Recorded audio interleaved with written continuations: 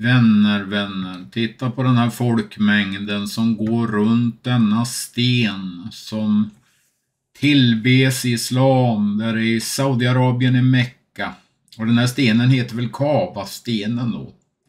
Det är ju ingen levande gud precis som man springer runt här och kysser och tillber. Ja, ni förstår ju att Gud, han älskar ju de här människorna också. Det förstår ju vi med. Han gav sitt liv för människorna. Och han gav oss i uppdrag att predika hans goda nyheter.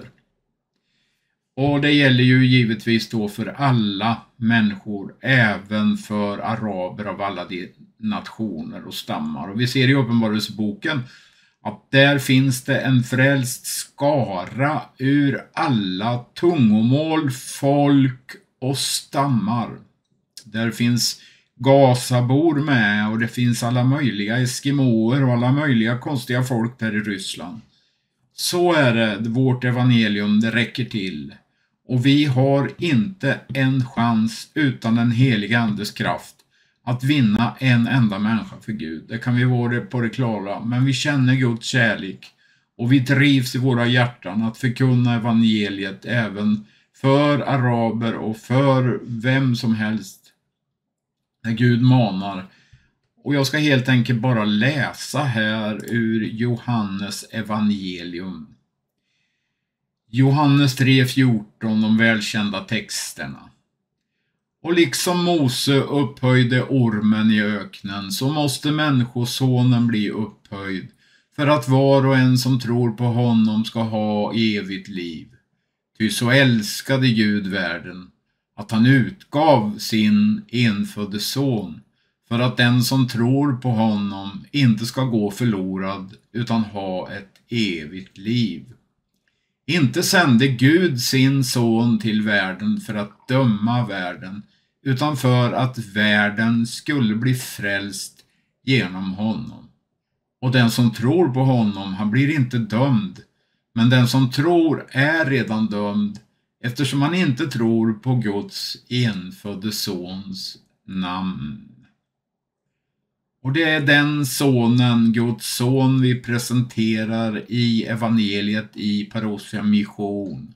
Och det är så viktigt, vänner, att förlita oss på den heliga andes kraft och ordet. Att ordet kan tränga in genom alla människopansrar och försvar och röra vid det innersta. Jag själv, när jag var i missbruk och ganska tuff, så befann jag mig på onsdagarna ganska ofta på Riabyråns onsdagskvällar med fika, och alla församlingar hade ju en egen tid där när man sjöng och spelade de här gamla sångerna, och jag kunde inte låta bli att dras dit.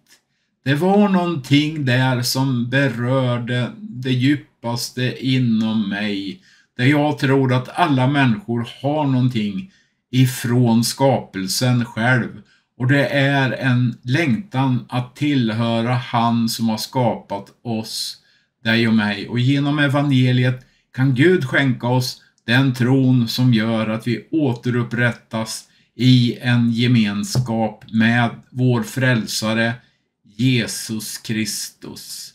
Och vi har en vän som vi har träffat som var muslim och vänt om till Jesus. Och det gjorde hon när hon studerade skrifterna och jämförde islam med Bibeln och kom fram till slutsatsen att hon ville följa Jesus. Och det tror inte jag att det var en slump, utan det står ju så här att ingen kan komma till mig utan att fadern drar honom eller henne, står det i Bibeln då. Och nu ska vi titta på den här Broder Rashid som vi har tagit med några gånger i videoundervisning om islam och så. Han har ju vänt om. Han kommer från Marocko. Och det här han säger här som frågan varför han lämnade islam och gick till Jesus och fick en relation med Gud på det sättet. Det kommer han att berätta för i det här. And you converted.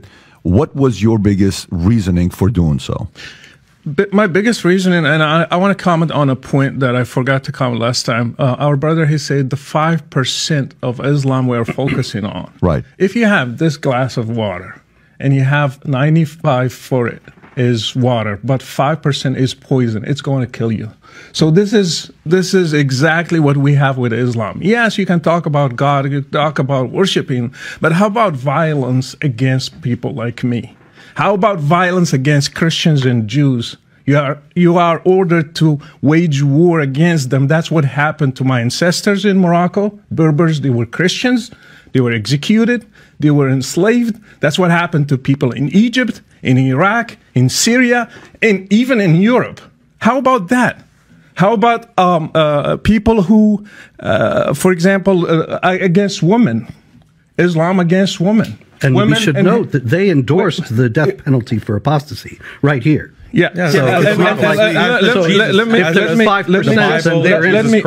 me just finish. As does Jesus Christ. And against women, women should be beaten if they disobey their husbands. My mom was beaten, my imam dad. When I asked him why, he said, it's in the Quran. You cannot object to that. They cannot object to it. It's in the Quran. It should be applied. It's a permission for men to beat his wife. It's in the Quran. It's the word of Allah himself.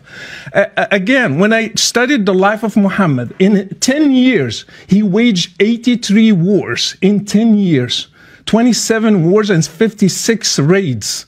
In 10 years. And you are going to teach me that Islam is peaceful? No, it's not peaceful. Are you going to give a Nobel Prize for somebody who waged 83 wars? No, you will not. And another thing, Muhammad is not a role model. Jesus is. Muhammad, he had many wives, 11 of them. One of them, she was 9 years old. He was 53. I am 50. I cannot marry a girl that has 9 years old. You cannot. That's abuse. And Muhammad did that. Can we do one issue at a time? Let me finish this. He raided a Jewish tribe. He killed the whole family of a newly bride called Safiya. And he took her as a wife the same time he was returning to Medina. Would you put that as a role model for me today in the 21st century? He had another wife called Rihanna. My daughter, her name is Rihanna. I named her specifically for that. He took a Jewish wife, Rihanna, and he did sex with her. Not with her will. He did against their wills. All these ladies. Are you going to put him as a role model? You cannot compare Jesus with Muhammad. Jesus never killed a person. He never killed an apostate. He never waged a war. So he was a role model for me. That's why I loved Muhammad and I wanted to follow Jesus. They are going to keep trying, bring the Old Testament. Name one person that Jesus killed because he was an apostate. Judas, he gave him to the Jews. And he never ordered his disciples to kill him. I have people who just criticized Muhammad once, and he ordered his disciples to go and kill him, even lying. His name is Ka'b ibn al-Ashraf. He's a Jewish guy. They killed him. They lied to him. They took him and they killed him. He even encouraged a guy who was blind. He killed his wife. He had 2 kids and he killed her. He came to the prayer and he said, Muhammad praised the guy for killing his own wife just because she criticized Muhammad. So these are the rules that they want to apply today. If we criticize Muhammad, we should be killed. Like what happened with Charlie Hebdo. Do you think those people, they just killed the people who drew the caricature for Muhammad just because like that? No, because it's written in Islam that they should kill people who criticize Muhammad. So Islam is a big problem. Even the 5% can kill whole humanity. If this was